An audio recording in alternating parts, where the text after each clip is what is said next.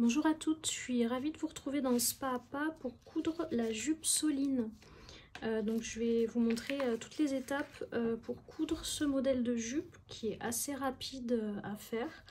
Donc moi là je suis partie sur un satin polyester pour le coudre qui est fluide du coup, donc ça se prête bien à ce modèle. Donc ce qu'il faudra faire en travail préparatoire, une fois que vous avez coupé vos pièces, c'est bien vous assurer que vous avez marqué tous vos crans. Notamment sur les jonctions de jupe à godet. Donc là on est sur le haut dos de jupe et donc j'ai bien marqué tous mes crans pour aider à positionner mon godet de manière harmonieuse et qu'on répartisse bien les volumes. Là par exemple le tissu est un peu élastique dans le biais forcément, donc ça va me permettre de bien répartir mes tissus ensemble. Et il faut également thermocoller les parties parmenture pour déjà apporter un petit peu de tenue au tissu et également éviter que le tissu ne s'effiloche si vous êtes sur un tissu qui aura tendance à s'effilocher. Donc moi je suis partie là sur un thermocollant assez souple, j'ai pris du H180.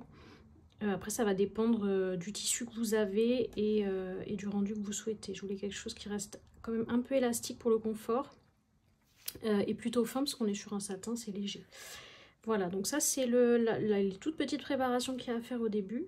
On ne surfile ou surjette rien parce que ça va se faire au fur et à mesure du montage. Donc on peut commencer dès maintenant. Donc la première étape, ça va être d'assembler les jupes godets au niveau des hauts de jupe. Donc là, j'ai ma pièce au dos. Ça c'est l'endroit de mon tissu. Je vais prendre ma jupe dos.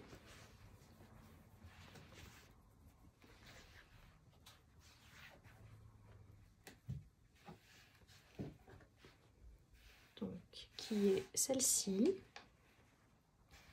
J'ai vérifié l'endroit et l'envers.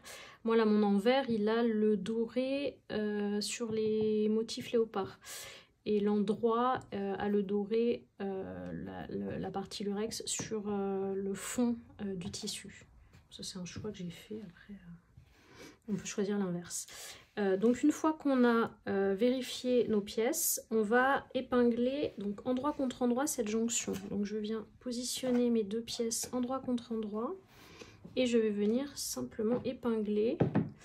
Donc en commençant par les extrémités.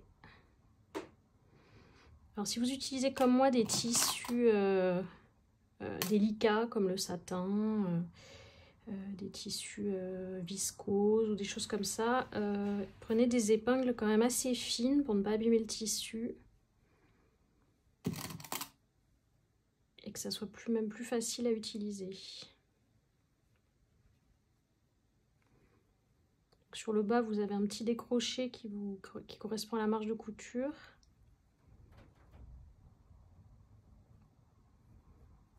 Ici. Et donc maintenant que j'ai assemblé les extrémités, je vais faire concorder mes crans.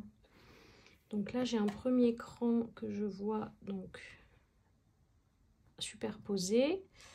Je viens piquer pour bien aligner. Je passe au suivant qui est ici. Normalement il y a 5 crans. Vous avez le cran milieu qui correspond au milieu dos. Bon, là je suis sur le dos, donc le milieu dos. Et après vous avez deux autres crans de part et d'autre qui servent juste à vérifier la disposition des tissus.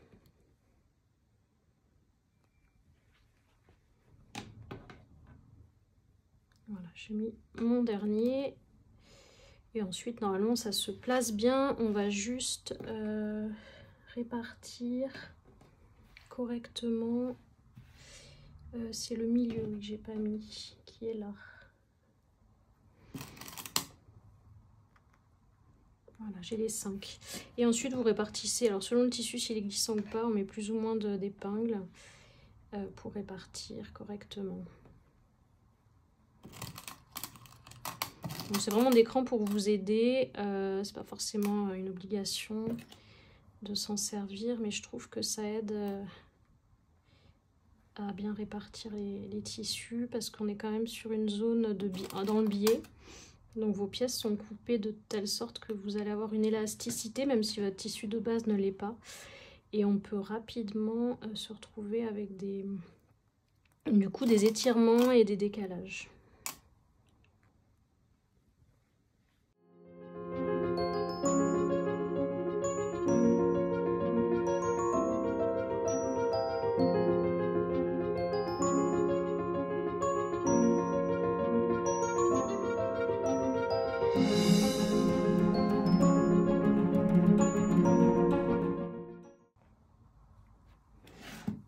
Voilà, on va aller coudre du coup au point droit, donc toute cette longueur épinglée. Soit vous pouvez le faire directement à la surjeteuse, soit vous faites au point droit à la machine, à 1 cm du bord, et on viendra surjeter ou surfiler la marge après. Voilà, c'est piqué et surjeté, donc ça a été fait tout en une fois. Et on viendra bien marquer le tissu en place et les marges vers le bas en les rabattant au fer. Mais je vais d'abord du coup faire la même chose sur l'autre jupe, donc la jupe devant. Donc c'est exactement la même chose. Je prends mon haut de jupe devant que je mets endroit vers moi, comme ceci. Et je viens prendre ma jupe, mon bas de jupe devant que je mets sur l'endroit, donc je présente pour vérifier que tout est bon. Et une fois que j'ai vérifié ça, je viens rabattre le haut sur le bas et épingler. Donc comme tout à l'heure, je commence par les extrémités, puis l'écran et après j'épingle un peu plus pour bloquer en place mon tissu qui est un peu glissant vu que c'est du satin.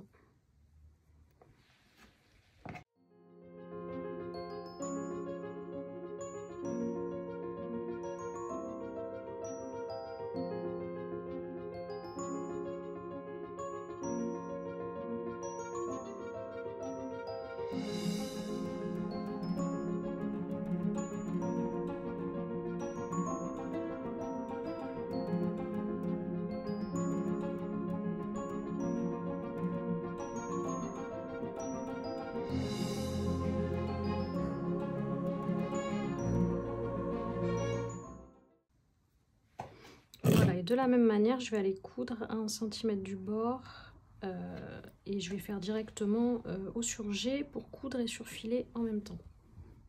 Donc une fois qu'on a assemblé, basculé les marges vers le bas, on va surjeter ou surfiler les côtés de chaque jupe, comme ceci, pour ensuite pouvoir les assembler et poser le zip. Donc après, on va passer à la pose du zip. Donc je vais garder mon devant de jupe, qui est celui-ci, que je mets endroit vers moi, bien à plat. Et je vais venir prendre mon zip, que je vais mettre sur l'envers. Donc là, j'ai mon endroit de zip. C'est celui où on ne voit pas les mailles, les dents du zip. Et là, c'est mon envers. Donc je l'ouvre.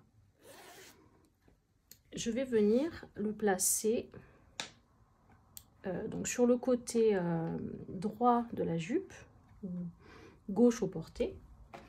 Je vais venir tracer un petit repère en partant du haut de ma jupe, donc avec un stylo effaçable, et je vais noter à 1,2 un petit repère qui va correspondre à mon arrêt de zip. Donc c'est-à-dire que le petit cran doit se situer à hauteur de ce zip. Voilà, il est tout petit. Si vous en avez un peu allongé, c'est le haut du cran qui doit correspondre. Je vais vous montrer, je vais l'épingler, je vais vous montrer exactement un peu plus près.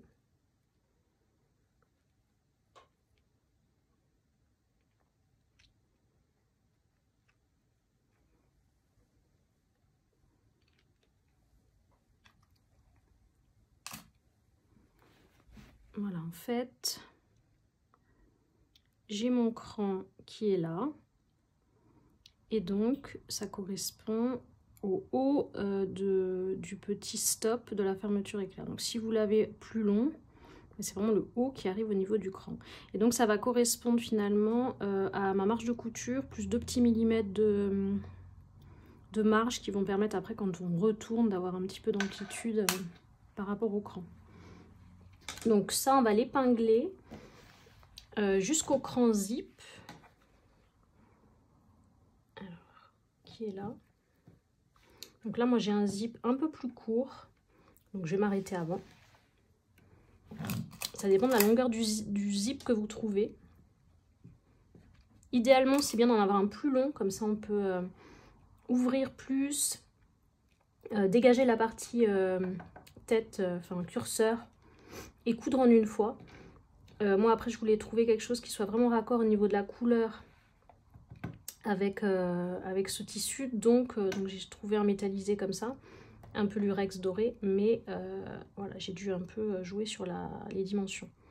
Donc ça suffira pour ouvrir la jupe et l'enfiler sans problème, mais du coup j'arrive pas jusqu'à mon cran, ce qui n'est pas grave, mais voilà, je préfère le préciser.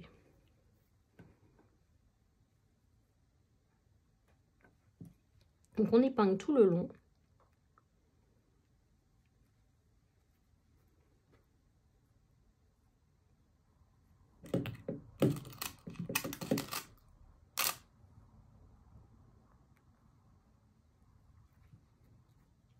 Donc, à un moment on va être bloqué. Donc moi je décide de m'arrêter un peu plus au-dessus, comme ça je fais en une seule couture et je ne serai pas gênée par la tête qui sera en bas. Donc je me fais un repère par là, que je note aussi de l'autre côté pour ensuite bien juxtaposer mes deux bords quand je vais coudre l'autre côté. Je me remets quand même une épingle pour bien aligner en bas le zip. Et donc maintenant on va aller coudre donc cette partie avec un pied spécial pour la couture de fermeture éclair invisible. Donc l'idéal c'est vraiment, souvent on a deux pieds, un pour les zips classiques et un pour les zips invisibles.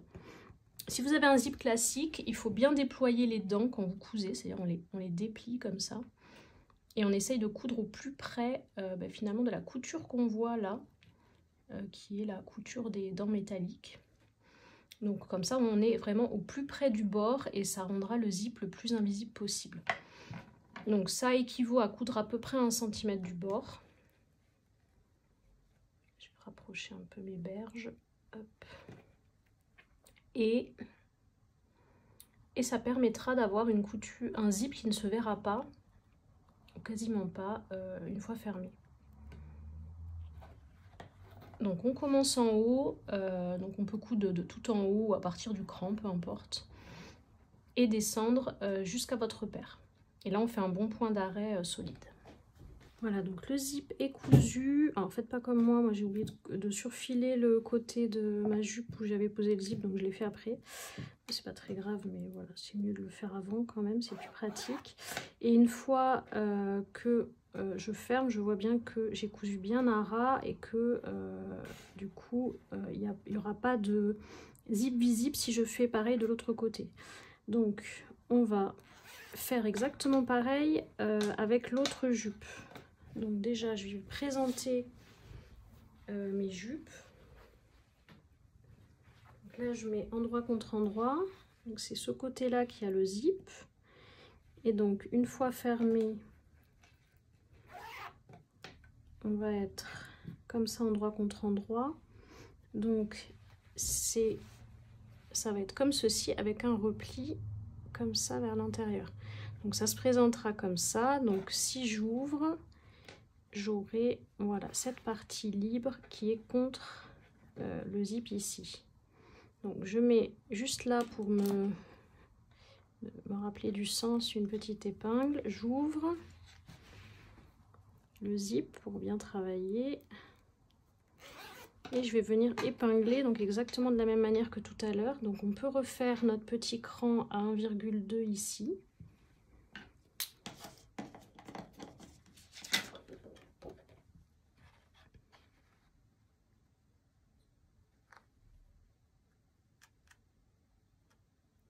qui m'amène là. Voilà. Je viens poser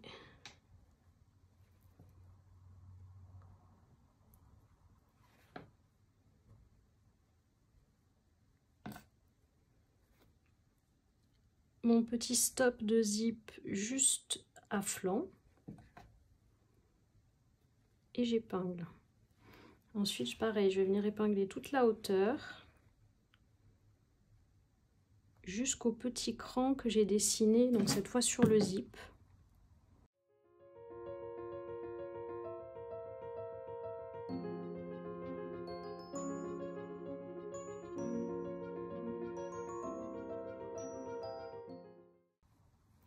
Donc je vois bien mon cran ici, c'est là où je m'arrêterai de coudre. Je peux vérifier que j'ai bien tout positionné en alignant. On voit bien que ça se présente bien là, que en bas, donc du coup je m'arrêterai à ce niveau-là. On peut si besoin marquer aussi sur le tissu le cran d'arrêt. Si besoin, normalement vous avez le cran au niveau de la fermeture éclair. Et je vais faire exactement pareil, coudre à ras des dents. Voilà, une fois que j'ai cousu, j'ai refermé. Donc on voit bien que c'est vraiment un zip parfaitement invisible. En haut, c'est aligné. Ici, je m'arrête au même niveau. Et donc on va pouvoir coudre les côtés de jupe. Donc on peut commencer par celui-ci. Donc on va venir épingler le côté avec zip. Donc je commence par le bas. Donc là on va coudre du bas vers le dernier point de couture de notre zip. Donc je place une épingle en bas. Je viens aligner aussi ma couture ici. Il faut que ça soit bien juxtaposé. Donc je fais attention à épingler correctement ici.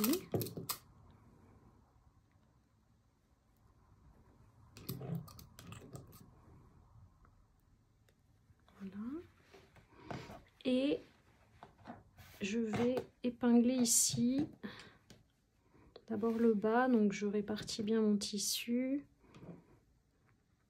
Fais attention, si comme ici, il gondole un petit peu avec le surfilage. Ça va se résorber une fois qu'on aura aplati au fer, mais on fait bien attention à répartir proprement son tissu.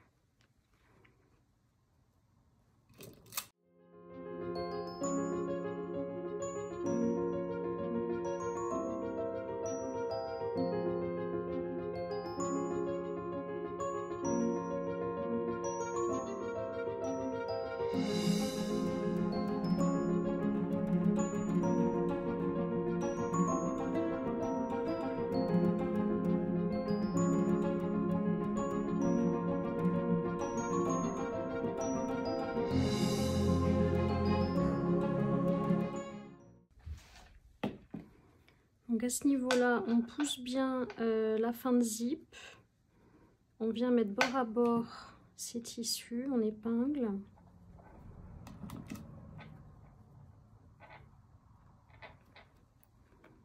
Et on va venir coudre jusqu'au point de couture. Donc le dernier point qu'on voit ici. Et qui correspond également au dernier point de l'autre côté.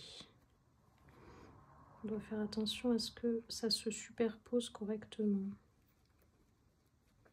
Si on aligne bien nos bords de tissu, normalement, ça va se juxtaposer.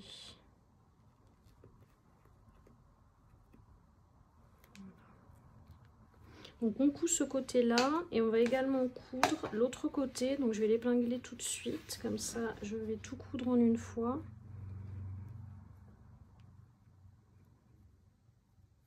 Donc pareil, les extrémités, la jonction haut de jupe et bas de jupe à godet.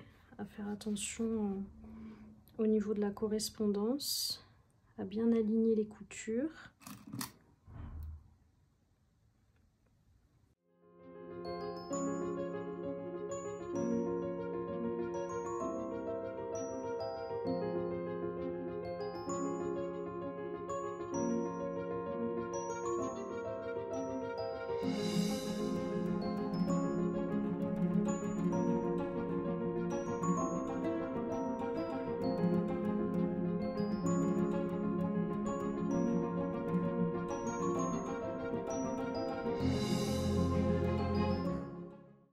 Voilà, donc on va venir coudre tout ça 1 cm du bord au point droit. Voilà, une fois cousu, je suis venue ouvrir toutes mes coutures au fer. Donc on vérifie qu'au niveau du zip, on n'a pas de petits plis, de bourrelets. Si besoin, on peut refaire, hein, on peut repasser un peu la couture. On voit que c'est bien invisible. J'ai bien ouvert au fer partout. Vérifiez que vous avez bien vos alignements au niveau des jonctions godets et haut de jupe des deux côtés. Donc moi là c'est bien aligné, au niveau du montage de la jupe, on est bien. Maintenant on va travailler les paremontures pour les monter à la jupe. Donc d'abord on va les assembler une à une. Donc on vient prendre la pièce devant de paremonture, on la pose face à soi, l'endroit vers soi, et on va prendre le dos. Donc le dos c'est celle-ci, et je vais la mettre endroit contre endroit avec mon autre paremonture en les assemblant donc de ce côté sur le côté droit, sur mon côté droit là, dans cette position là. Donc je viens simplement épingler donc cette petite partie, le petit côté qui va être celui donc sans le zip, et je vais venir coudre à 1 cm du bord au point droit, donc une couture d'assemblage, et ensuite on viendra ouvrir nos marges de couture au fer pour bien aplatir cette couture de jonction. Voilà, le montage est fait, j'ai ouvert mes coutures au fer, donc là on a les ceintures assemblées de ce côté là. Maintenant on va faire on va faire retrancher en fait une petite partie des ceintures. Alors ça c'est valable dans le cas où on fait le montage vraiment comme je vais vous l'expliquer ici. Donc c'est pour ça que je ne le coupe pas comme ça directement au niveau de vos pièces de patron. Parce que si vous êtes amené à faire un montage classique, vous avez besoin de ce centimètre. Là, c'est vraiment dans le cas où on fait le montage que je vais vous montrer qui, je trouvais plus facile, plus propre. Voilà, c'est une technique comme une autre, mais pour cette technique-là, on va retrancher. Donc, je trace un petit centimètre. Tac. Je vais faire pareil sur l'autre extrémité. Et on va venir couper pour retrancher donc cette partie.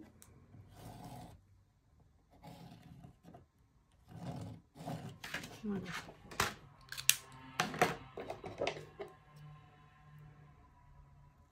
Donc je découpe sur ma ligne pour enlever le centimètre en trop.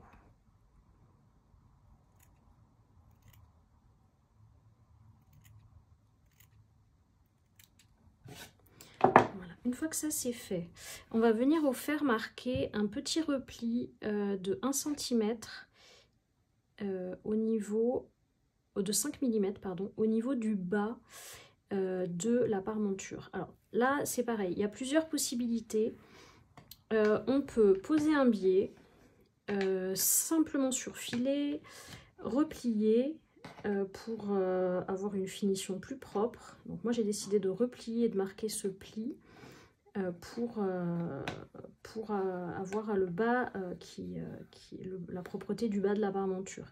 Donc on peut replier et venir faire une petite piqûre de maintien. Donc moi c'est ce que je vais faire. Donc là je vais marquer d'abord au fer.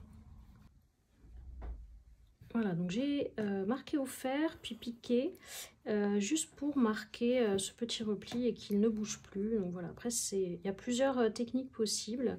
Moi j'ai choisi celle-ci, mais après vous pouvez simplement surfiler ou poser un biais, voilà, ou faire. Alors on fait pas deux replis parce que ça risque de faire beaucoup d'épaisseur après qui peuvent se voir à travers la jupe. quand vous la porterez selon les tissus, donc je le déconseille, mais voilà, c'est ces trois possibilités. Ensuite on va venir du coup poser la parmenture sur la jupe. Donc dans un premier temps, pour pas faire d'erreur, on va simplement venir épingler le côté où il n'y a pas le zip. Donc on assemble côté sans zip et parmenture, donc la zone de jonction entre les deux parmentures. Ça vous l'épinglez donc juste au niveau de la couture côté comme ça, endroit contre endroit. Et on va travailler d'abord les extrémités libres. Donc maintenant on se positionne côté ceinture en ayant nos bouts comme ça, voilà, on est sûr de pas inverser ou se tromper au niveau des sens. Donc là je déploie mes zips, je vais venir épingler donc l'extrémité comme ceci, bord à bord, sur la hauteur.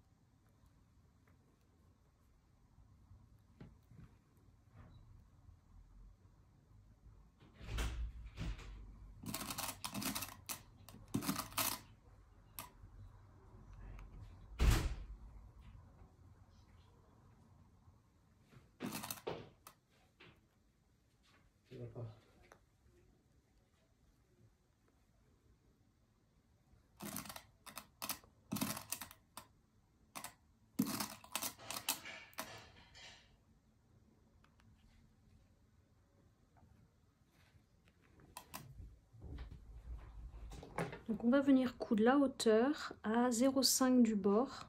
Donc du coup on est entre le bord franc et le zip. On est moins proche du zip que quand on le coud de ce côté-là, mais c'est normal. C'est juste pour faire tenir le tissu et on ne veut pas être ensuite gêné quand on ferme le zip par cette parmenture.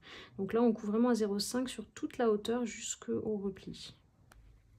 Voilà, une fois piqué, on a donc la parmenture qui est comme ceci au niveau du zip. Donc maintenant on va venir l'épingler. Alors comme on a coupé les 1 cm, on ne va pas se contenter de l'épingler comme ceci, c'est-à-dire en position où on vient de piquer. On va plier le zip. Et en fait l'idée c'est de regagner les centimètres de la parmenture. Donc en fait on rabat la parmenture vers ici comme ceci, on tire. À la limite vous le prenez comme ça dans la main. Et vous tirez de manière à faire avancer la parmenture. Et là, vous allez sentir que ça tourne en dessous de vos doigts et le zip et les dents du zip se retrouvent ici sur le pli. Donc finalement, votre couture de zip, c'est le pli, ici. Et donc, on a regagné les 1 cm qui nous manquaient ici. Donc on va travailler comme ceci. Donc on va épingler déjà là pour bloquer en position. Et ça c'est une technique qui va permettre après, quand on va retourner, quand on aura cousu et qu'on va retourner, à ce que tout se mette bien en place. Ce sera plus propre. Donc là du coup, j'épingle et je n'ai pas d'embut, puisque cette technique a permis de regagner les 1 cm qu'on avait enlevé.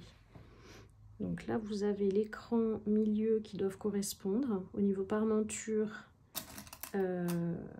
et jupe.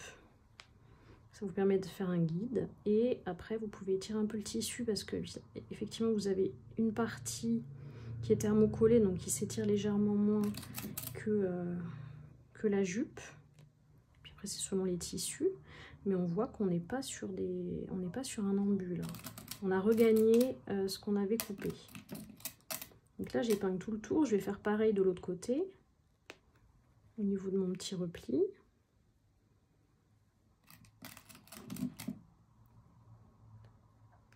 Tac.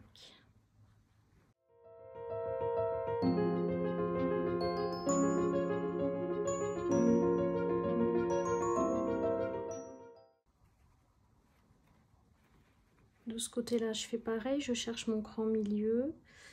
Alors, mon cran milieu, où est-il? Alors, il est là sur ma parmenture. Et là, voilà. Donc, ça, je bloque. Cette partie, je viens l'épingler.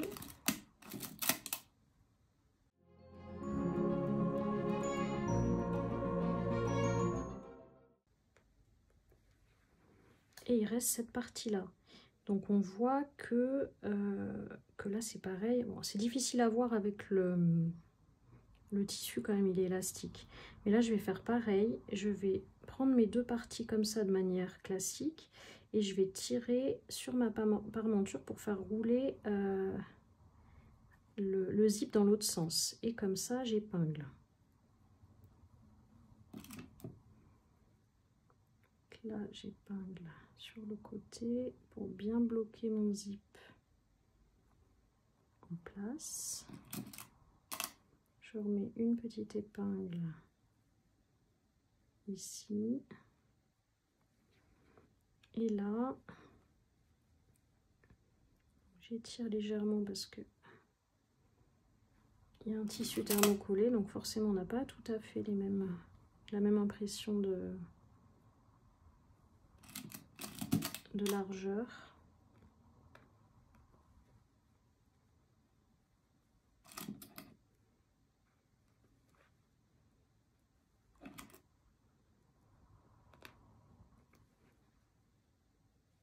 Voilà. Et donc on va aller coudre à 1 cm du bord sur toute la hauteur de la parmenture. Donc en traversant la couture qu'on vient de faire. C'est-à-dire là vous avez une couture par ici, en dessous qui est cachée sous le repli, mais vous allez passer par-dessus. On va vraiment du bord à l'autre bord, à 1 cm. Donc ça jusqu'au bout, et ici pareil, je vais piquer pour bien garder le pli dans le bon sens, comme ceci, et je couds jusqu'au bord. Voilà, une fois cousu, on peut venir surjeter les deux parties, une fois qu'on a vérifié que tout était bien en place. Et ensuite, du coup, on va pouvoir retourner sans avoir besoin de couper cette partie-là. Par contre, du coup, ce qu'on va faire, c'est la replier. Donc, je replie comme ceci, au niveau de la couture. Et je viens retourner ensuite. Voilà. Et là, on voit que ça se place très bien et que c'est propre. Donc ça évite d'avoir à couper, ce qui fragilise finalement ces parties-là en général. Et on a quelque chose qui se place très bien. Donc on fait pareil de l'autre côté. Je replie ici. Et je viens retourner. Voilà. Donc là c'est pareil. C'est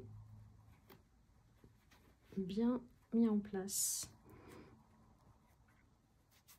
Voilà, après on peut repasser un petit peu, mais voilà, on a quelque chose de propre.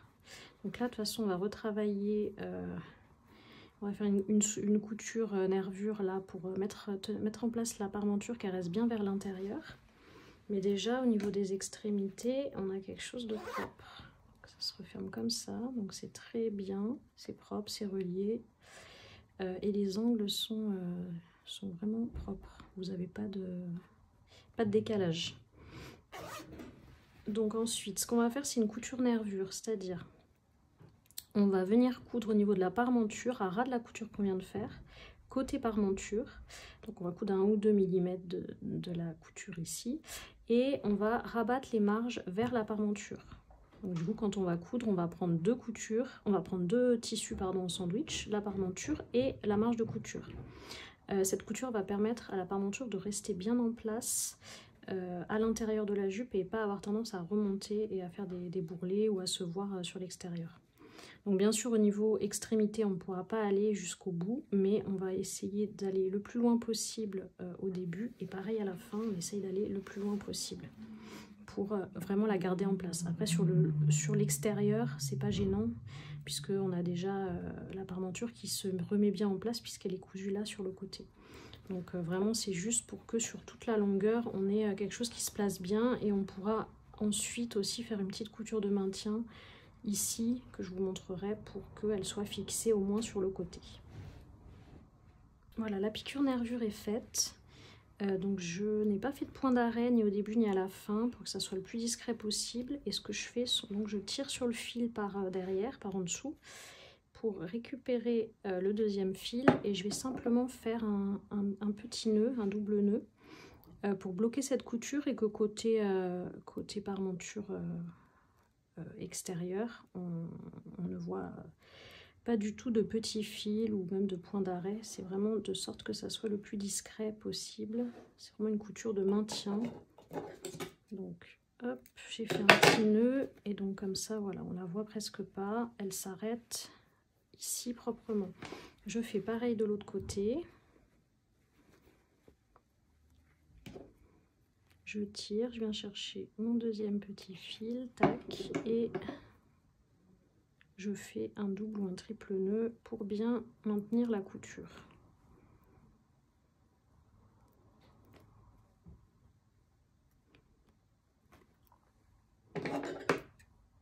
Donc déjà, avec cette technique, on voit que la parmenture déjà se place beaucoup mieux. Alors bien sûr, on va venir travailler un peu au fer, mais on a déjà une parmenture qui se place bien. Donc avant de travailler au fer, je vais venir faire une piqûre ici qui va maintenir cette partie-là, l'autre côté. Donc ce qu'on va faire, c'est épingler pour bien aligner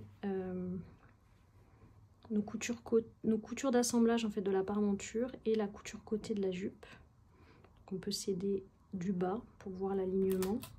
On peut s'aider des épingles aussi en piquant. Là, je pique vraiment dans la couture et je suis censée de l'autre côté passer aussi au niveau de la couture. Voilà, donc là c'est à peu près bien. Je peux en remettre une là pour bien aligner. Je vais par contre épingler côté endroit parce qu'on va coudre côté endroit parce qu'il faut vraiment que ce soit une couture discrète qui ne se voit pas côté endroit. C'est moins gênant côté intérieur, mais bon, on épingle quand même proprement pour que ça suive aussi la nervure et que ça soit invisible aussi de ce côté là. Donc là je vais piquer sur la hauteur de la parmenture, donc je vais m'arrêter ici là. Donc sur le bas de la parmenture on peut se fier au toucher ou mettre une épingle si on a besoin. Donc elle s'arrête ici, je vais faire toute cette hauteur. Donc voilà, une fois cousu, on voit que sur l'endroit j'ai suivi ma nervure, donc on ne voit rien, et sur l'envers elle est presque invisible puisqu'elle est ici et après elle part vraiment dans la rainure. Donc ça c'est bon. Donc je vais travailler au fer pour terminer de la mise en place de la parmenture et ensuite on n'aura plus que l'ourlet du bas de la robe qu'on va faire en ourlet mouchoir. Voilà, la parmenture est repassée. Donc c'est toujours bien de repasser en faisant rouler très légèrement la couture d'assemblage vers l'intérieur, donc côté parmenture, pour que sur l'extérieur on ne voit vraiment rien, c'est plus propre. Donc ici, on fait rouler sur quoi, 1 ou 2 mm à peine, hein. C'est vraiment pour cacher cette jonction. Et donc là, la parmenture, vous voyez, se place très très bien et il nous reste que l'ourlet du bas. Mon fer qui est un peu mouillé le haut, mais ça va sécher. Donc sur l'ourlet du bas, on va faire un ourlet mouchoir. Ça se prête bien à ce type de tissu. Souvent les tissus fins et fluides. Après vous pouvez aussi faire un ourlet classique, mais vraiment en plus sur cette découpe là, je vous conseille quelque chose de vraiment flou. Donc l'ourlet mouchoir. Donc pour faire l'ourlet mouchoir, on va d'abord coudre côté envers, enfin côté endroit, ça n'a pas d'importance, une couture au point droit à 0,8 cm du bord. Ça va être une couture guide en fait. Donc ça, on va vraiment se placer. Alors soit vous pouvez la marquer, mais vous pouvez vous servir du guide de votre machine, c'est vraiment beaucoup plus rapide pour avoir une couture guide à 0,8. Donc ça, je vais le coudre tout autour et ensuite je vous montrerai les replis à faire. Donc j'ai fait ma couture guide qu'on voit ici à 0,8 et je vais me servir de cette couture pour replier le tissu au fer. Donc on va faire un repli vers l'envers. Donc en suivant cette ligne guide, on va replier de sorte d'être quasiment sur la couture, mais que la couture soit côté envers. Donc on plie à 1 mm en fait de la couture, 1 mm plus loin. Et tout ça, on va bien le marquer au fer pour venir ensuite le coudre. Donc là, l'important, c'est vraiment de prendre son temps et de replier proprement, sans faire de petits plis, en marquant bien au fer. Si vous avez une presse en bois, n'hésitez pas à l'utiliser pour bien marquer vos replis. Donc une fois le repli au fer marqué, on va venir coudre par-dessus la couture guide, donc pour bloquer le pli. Donc ça équivaut à coudre à 1 ou 2 mm du bord plié et vous vous servez de votre couture guide et vous repassez par-dessus sur tout le tour. Donc une fois que c'est cousu, on va venir dégarnir toute la partie en trop. Donc on va couper à ras de la couture en laissant 1 mm à peu près. Donc on peut commencer sur une extrémité.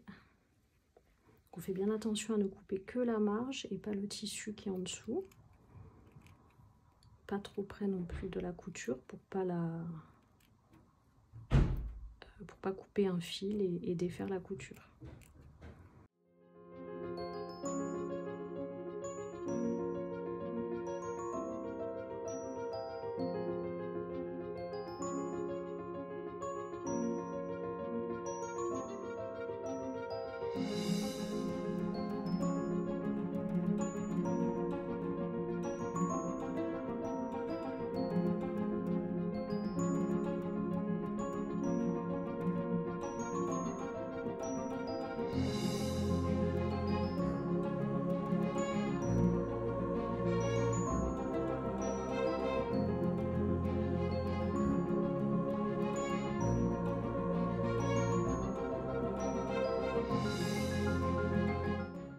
Une fois qu'on a coupé donc l'excédent de marge, on va faire un repli sur 0,5, à peu près 0,5 cm, qu'on va bien marquer au fer et on viendra le piquer donc à nouveau sur la couture qu'on vient de faire.